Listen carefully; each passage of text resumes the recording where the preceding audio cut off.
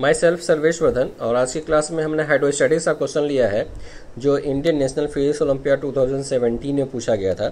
इसमें कहा गया है कि एक सिलेंडर है जो पार्शियली फिल्ड है मरकरी से, और इस सिलेंडर को एक्सिस के about omega naught angular velocity से रोटेट करवाया जा रहा है, जिससे ये मरकरी का जो सरफेस है वो पैराबोलिक सरफेस बन गया और इसका क्रॉस सेक्शन जो होगा वो पैराबोलिक कर्व बनेगा।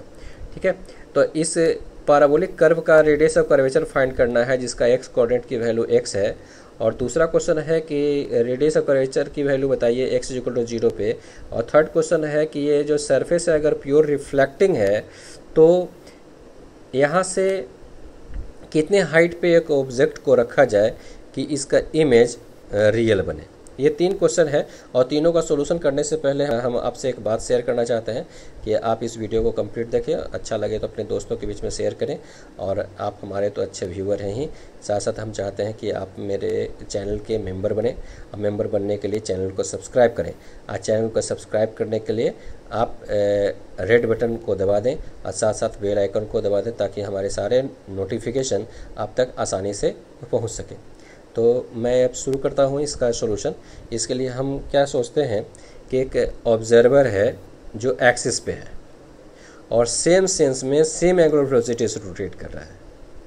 तो ये जो रोटेटिंग ऑब्जर्वर होगा वो इस लिक्विड को देखेगा कि ये एक परमानेंट रेस्ट में है। ठीक है, अब हम इस लिक्विड का इस जगह पे एक छोटा सा टुकड़ा हम कंसीडर करते हैं सिस्टम के रूप में। सरफेस का जो छोटा सा टुकड़ा है लिक्विड का उसको हम सिस्टम मान लेते हैं। ठीक है, तो इस पे लगने वाले जो फोर्स होंगे वो क्या होंगे, क्योंकि ये रोटेटिंग फ्रेम में है इसलिए एक सेंट्रीफ्यूगल फोर्स लगेगा।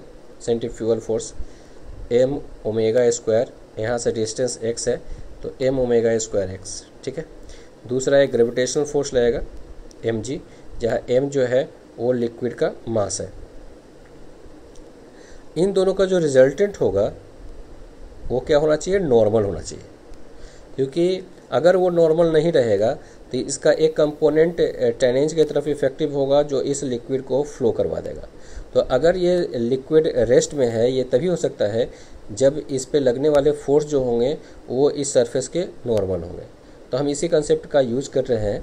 ठीक है, तो हमारा mg और m ओमेगा स्क्वायर x का जो रिजल्टेंट होगा ये हमें पता चला कि यहाँ जो टेंजेंट ड्रॉ करेंगे उस पर नॉर्मल होना चाहिए। ठीक है, ये टेंजेंट इस कर्व पे है। ये हम मानते हैं कि ये टेंजेंट लाइन इस x एक्सिस के साथ थीटा एंगल बना रहा है। ठीक है, तो ये हो गया इस ट्रायंगल में ये एंगल थीटा हो गया। इस राइट एंगल ट्रायंगल में देखिए ये एंगल थीटा, ये 90 डिग्री माइनस थीटा, ये एंगल 90 डिग्री माइनस थीटा, ये टोटल एंगल 90 डिग्री है तो एंगल थीटा हो जाएगा। ठीक है, अब इस राइट एंगल में देख लीजिए आप, ये हमारा हो जाएगा m ओमेगा स्क्वायर x और ये होगा mg। तो यहाँ से tan theta is equal to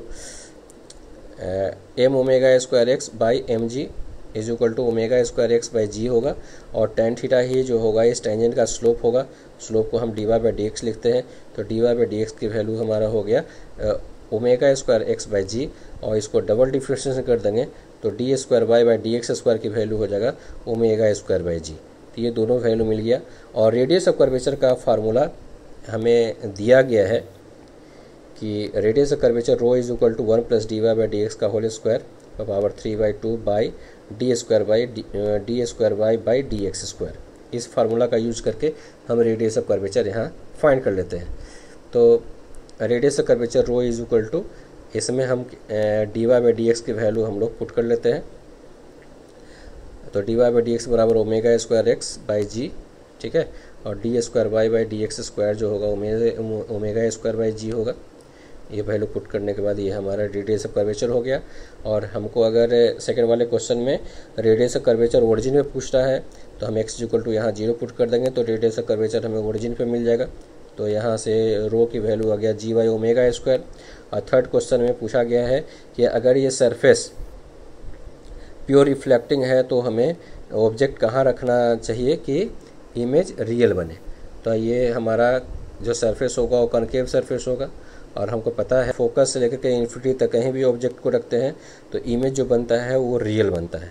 तो हमको पता चल गया कि ये जो वाई नॉट की जो वैल्यू होनी चाहिए वो फोकस से ज़्यादा होना चाहिए। हम यहाँ से कंडीशन लिख सकते हैं Y not is greater than r/2 R का वैल्यू हम G by omega square put कर देंगे, तो यहाँ से मिल गया Y not is greater than G by 2 omega not square.